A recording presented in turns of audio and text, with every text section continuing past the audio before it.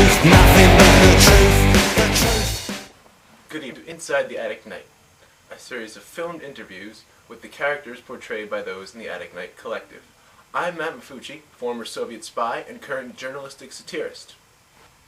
Today it's my privilege to sit along the wonderful and fantastic and very, very sexual Richard Sopko. He's the host of Richard Sopko, Sexologist, which airs occasionally on This or That. Richard, it's great to have you with us tonight. It's great to be here, and might I say that you're looking absolutely scrumptious tonight. As are you. So tell us, Richard, what are you working on right now? Well, I'm working on my first movie. It's a period piece set in the sexiest of all economic disasters, the Great Depression, obviously. I'm also doing Richard Sopko, Sexologist, my radio show, syndicated nationally. And through that, I'm trying to get my message of free love throughout America with a medium that I don't actually ever have to see anyone. Free love like hippies? The free love of the 60s did have a price. The thousands of unwanted flower children it spawned. My message is one of free love, yes, but it's also one of educated and safe love. We'll have our own specific tastes and sexual quirks. In your opinion, what's so great about vaginas? The vagina, why, it's just amazing. To look at, to feel, to hold, and to taste. The vagina is the final and biggest piece in the puzzle that is lovemaking. In the case of gays, and you have no vagina. Yeah, in the case of gays, the butt is used as a substitute vagina. The brain of the gay is twisted and disturbed to the point where he believes that the ass of another man is his mother's vagina. It's really actually quite sad.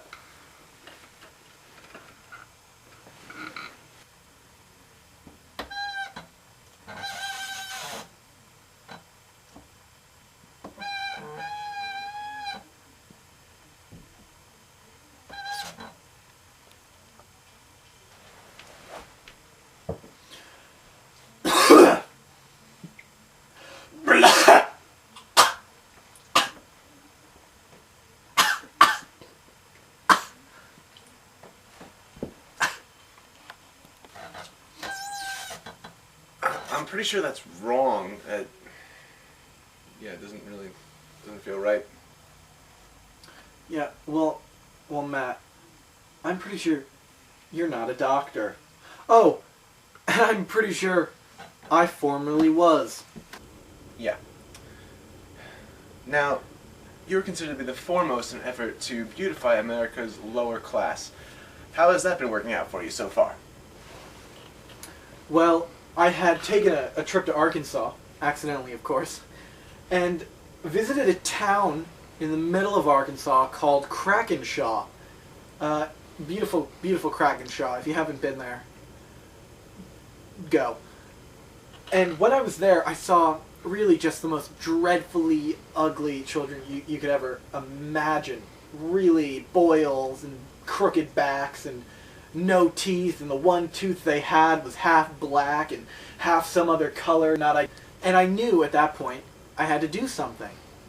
What really was the clincher for me was when I asked the local whores how the sex was.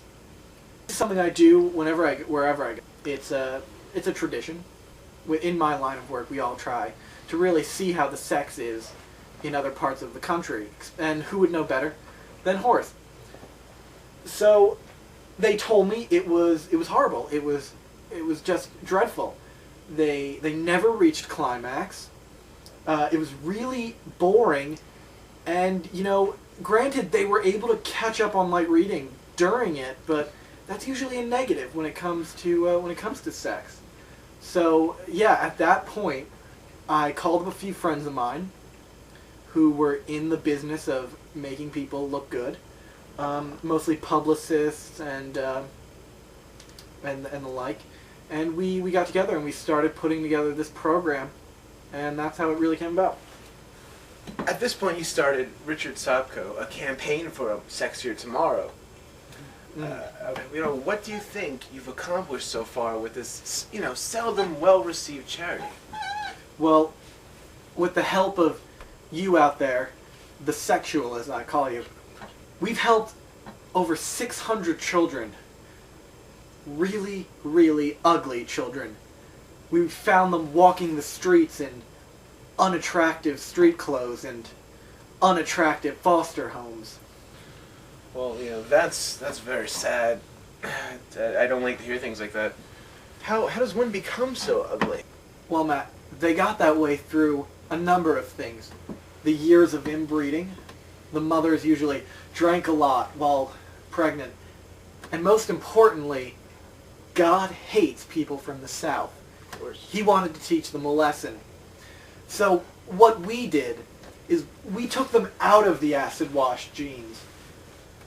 We took them out of the NASCAR t-shirts. And what I'm most proud of, Matt, is that we gave almost 400 of them moderately attractive new homes for those bastardly ugly children. Right, well, what about the critics, the naysayers who say it's not your place to judge what's beautiful and what's not? What do you say to them? I say, when was the last time you saw someone with a fistful of meat, juices dripping down their double chin and went, I'd sure like to bang that? Being attractive is not subjective. It's what society's made it. And that's how I like to keep it. Of course.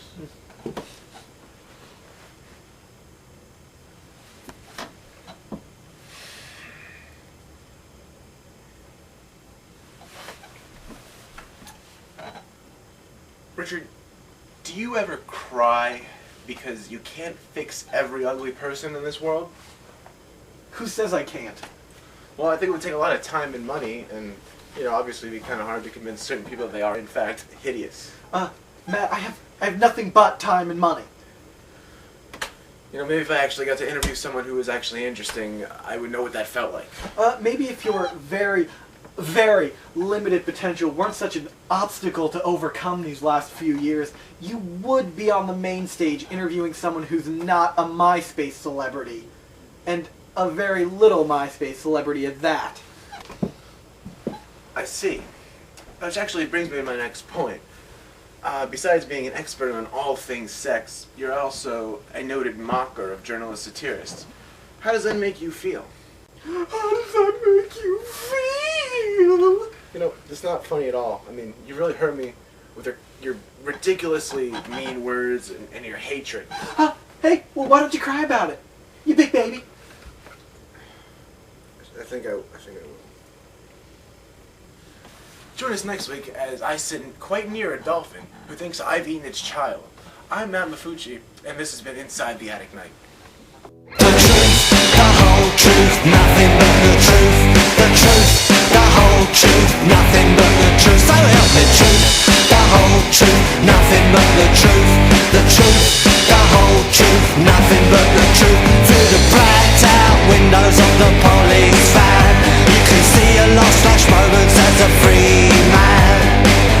What did they expect you to say? Where you was hoping it would go away. The truth, the whole truth, nothing but the truth. The truth, the whole truth, nothing but the truth.